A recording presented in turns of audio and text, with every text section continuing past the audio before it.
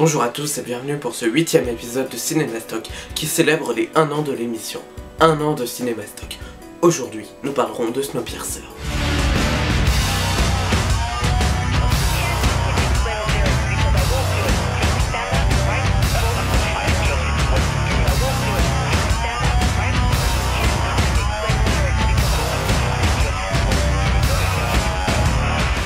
Né en 1932 à Paris, Jacques Loeb est représentatif du chemin qu'ont parcouru les grands auteurs qui ont intégré l'équipe de pilotes, puis l'ont quitté à l'initiative de Gottlieb. Il débute par la publication de récits dans des magazines pour enfants comme Spirou ou Pif. Dans Spirou, il collabore avec JG et scénarise les 2 premiers Jerry Spring. Avec le dessinateur Georges Pichard, il publie dans Charlie Mensuel Ulysse. Après la séparation de l'équipe de pilotes et le départ de nombreux auteurs de chez Dargaud, il rejoint l'équipe de l'Écho des Savanes où il édite avec Georges Pichard le 2e Blanche Épiphanie qu'il éditera ensuite chez les Humanoïdes Associés. Dans l'Écho des Savanes, il publie seul L'Homme au Landau et la célèbre série Super Dupont avec Gottlieb. Loeb est un auteur très prolifique mais dont la carrière reste assez confidentielle. Mais Loeb a un projet. Il est amateur de bande dessinée américaine et rêve d'une œuvre digne selon lui des Américains. Il écrit alors le scénario du transpersonnage, un concept dingue imaginant la Terre détruite et l'humanité réduite dans un train géant de 1001 wagons, dans lequel se reproduit la lutte des classes. Les prolétaires étant situés au fond du train et les classes bourgeoises à l'avant. Un homme prolof remontera le train. Il confie le dessin à Alexis mais qui malheureusement meurt à la 16e page d'une rupture d'anévrisme. Loeb lui rendra hommage en lui dédicaçant l'ouvrage. Après avoir demandé à des dessinateurs comme Loisel ou Schuiten, il décide de faire dessiner le transpersonnage par le très jeune Jean-Marc Rochette, l'édite dans les pages d'À suivre et en 1984 le sort en album. Le transpersonnage est un événement du roman graphique français qui repousse les frontières de la narration et de l'imagination. C'est en 1986 qu'il reçoit le Grand Prix de la ville d'Angoulême.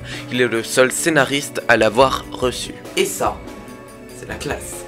En 1990, il meurt dans sa ferme aux alentours de Château-Thierry, laissant derrière lui une bibliographie géante. Rochette sortira de suite au transpersonnage scénarisé par Legrand, mais la série tombera peu à peu dans l'oubli. Un jour, un réalisateur coréen amateur de bande dessinée nommé Bong Joon-ho découvre dans une boutique une édition pirate du transpersonnage. Il la lit et en devient un fan. Quelques années plus tard, après des films nommés dans des prestigieux festivals, Bong Joon-ho, qui meurt d'envie d'adapter le transpersonnage, contacte Rochette. Rochette cédera alors ses droits et se mettra en place la plus grosse production coréenne, Snowpiercer. Alors Snowpiercer est un film coréen sorti en 2013 réalisé par Bong Joon-ho, c'est d'ailleurs son premier film parlé en majeure partie en anglais. Ce film bénéficie alors d'un casting à toute épreuve, Chris Evans, Tilda Swinton, Jamie Bell, Ed Harris ou encore John Hurt. Nous sommes en 2031, 17 ans plus tôt tombait une ère glaciaire due au réchauffement climatique.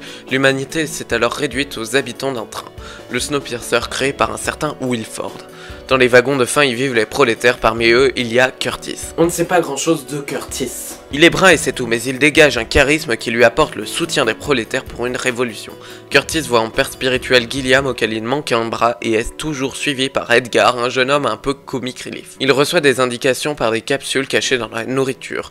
La vie de nos prolétaires est horrible, vivant entreposés comme des bestiaux, ils sont nourris par une forme de gélatine visqueuse. Un jour, sous couvert d'une visite médicale, une femme vient mesurer les enfants et en emmène 2, ce qui déclenche une émeute. Une chaussure est jetée par un homme roux. Cet homme se fera punir, le bras arraché par 2 sbires en costume-cravate, pendant qu'une sorte de première ministre fait un discours remettant à leur place les queutards et vantant le concepteur Will Ford. Les prolos construisent alors un bélier qui servira à bloquer les portes lors du comptage des soldats. On apprend aussi que les soldats n'ont plus aucune balle dans leur fusil. Ils arrivent à la prison et libèrent le concepteur du système de sécurité et sa fille Yona, tous deux accros à une drogue, le chronol. Ces derniers les aideront à ouvrir les portes en échange de chronol. Puis ils débarquent aux cuisines pour voir que leur unique nourriture était faite à partir d'insectes. Ils continuent d'avancer et Curtis découvre que Yona pourrait être une médium car elle voit à travers les portes. Elle se rend alors compte que derrière la porte qu'ouvre son père, il y a des centaines de soldats masqués armés de haches. Les soldats montrent leur talent de poissonnier puis une bataille commence. Quand soudain, une scène singulière arrive. À l'approche d'un pont, les soldats font un décompte et souhaitent une bonne année à chacun. Des obstacles obstruent le passage du train et les combats s'arrêtent. Par l'arrêt brusque de cette scène de combat, Bong Joon-ho dénonce l'absurdité de la lutte de ces personnes. Tous victimes des aléas dont égaux face à la nature, mais leur obéissance à leur fonction est la barrière qui les mène au conflit. Après cet arrêt, les combats reprennent, mais cette fois-ci sous un tunnel, les soldats étant équipés de lunettes infrarouges. Curtis a alors l'idée d'apporter du feu et change la donne, puis prend en otage la première ministre en sacrifiant la vie d'Edgar, tué par un des deux sbires en costume cravate. Ce sbire tentera d'assassiner Yona, mais mourra transpercé par une lance. Les prolos continuent leur avancée, découvrant au passage une autre forme de nourriture par des sushis dans une très belle scène, jusqu'à arriver dans une école. Là, un spectacle de bourrage de crâne infantile a lieu sous leurs yeux. Les personnages de cette école sont tous insupportables, méprisants et exubérants, avec une maîtresse qui enseigne des mensonges à ses élèves en offrant aux spectateurs des figures impayables. Comme celle-ci, celle-là ou encore celle-là. Il est plutôt intéressant de voir que Bong Joon-ho utilise les codes propres aux dictatures contre la société occidentale, car cela appuie son propos sur le capitalisme. Profitant de la distribution d'œufs, la maîtresse tire sur Curtis et ses compagnons. Une équipe est envoyée pour massacrer les prolétaires, dont Gilliam. Curtis tue alors la première ministre pour se venger. Le deuxième homme en costume cravate est libéré par l'équipe qui devait supprimer les prolétaires et s'entame une course-poursuite qui s'arrête dans un hammam après la mort de quasiment tous les coéquipiers de Curtis, ne laissant vivants que les deux Coréens et Curtis, qui continuent leur traversée jusqu'à la porte de Wilford. Attention, la suite contient pas mal de retournements de situation, donc si vous avez envie de voir Snowpiercer, allez à ce timecode. Après avoir cogné la porte plusieurs fois, Curtis raconte à Namgung, le coréen, ce qui s'est déroulé au début de Transperce-Neige, révélant qu'il avait tué une femme et allait manger son bébé, mais a été convaincu de ne pas le faire par Gilliam qui s'était arraché le bras.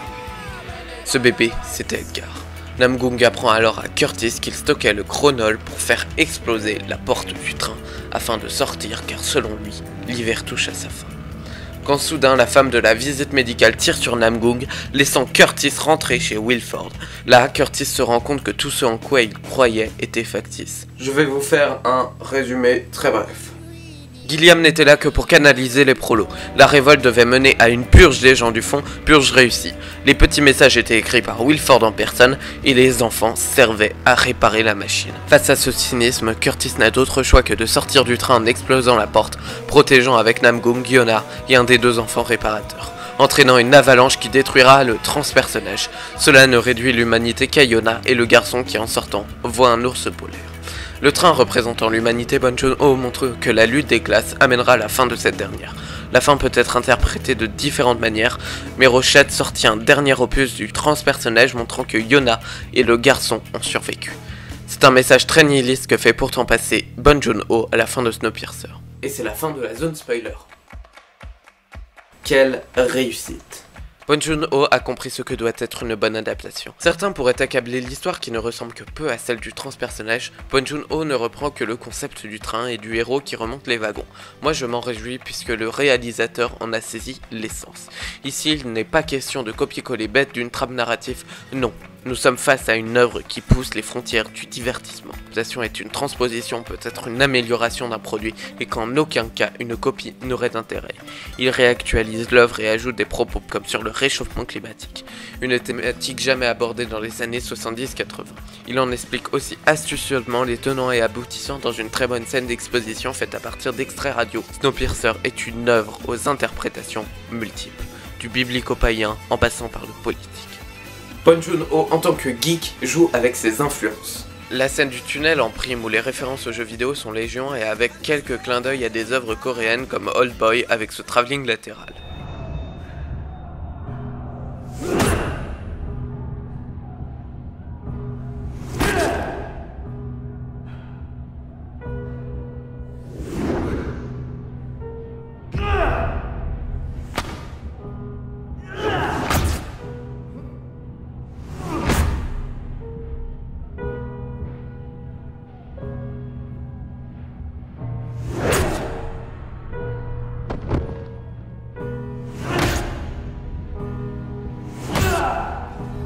Du point de vue formel, le film est très bien réalisé. L'image est waouh, les quelques plans en extérieur sont magnifiques, mettant en valeur une 3D parfaite. Le travail sur la lumière appuie le blanc de la neige que l'on voit par les quelques fenêtres, mais aussi les nouvelles couleurs que découvrent nos prolétaires. À mesure que Curtis remonte le train, la photographie se fait plus lumineuse que le noir bouché des wagons de l'arrière.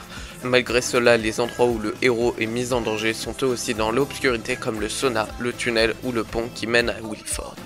Les scènes d'action sont extrêmement bien réalisées et inventives, avec des ralentis formidables et d'autres prouesses qui se servent du train intelligemment, comme la fusillade du virage ou la bataille du tunnel. La seule chose qu'on pourrait déplorer, ce sont certains plans des cohues du début, un peu trop énergiques et donnant le tournis, mais je pinaille. Pour continuer sur l'avancée progressive de la mise en scène, à mesure que nos héros avancent, il faut noter que chaque wagon possède une ambiance différente, une musique différente et une photographie différente. En réactualisant une œuvre emblématique d'une époque, Bong Joon-ho fait du transpersonnage un mythe. Snowpiercer est la reine des adaptations car elle accepte de prendre des risques par rapport à l'œuvre de base. Ce sont des risques récompensés par des succès coréens et américains. Snowpiercer est une adaptation différente d'autres que j'ai pu traiter dans Cinémastock car elle a compris qu'elle ne doit ni s'effacer ni détruire ce que représente l'œuvre originale. Snowpiercer n'est pas un produit, c'est un film, une œuvre, et je pense que ce pourrait être le meilleur film que l'on pourrait traiter pour l'anniversaire de l'émission. Cette vidéo est à présent terminée, j'espère qu'elle vous a plu. Cette année d'existence de chaîne m'a apporté beaucoup de choses. J'ai pu être accrédité au festival SoFilm Summer Camp et j'ai pu rencontrer Gaspard Noé et plein d'autres personnes que j'aime beaucoup comme Jean-Pierre Léo. J'ai aussi pu défendre mes passions et m'améliorer à l'écriture. Pour cette suite, j'espère que vous partagerez toujours, que vous likerez, que vous commenterez et que vous vous abonnerez. Merci beaucoup et au revoir. C'est la fin.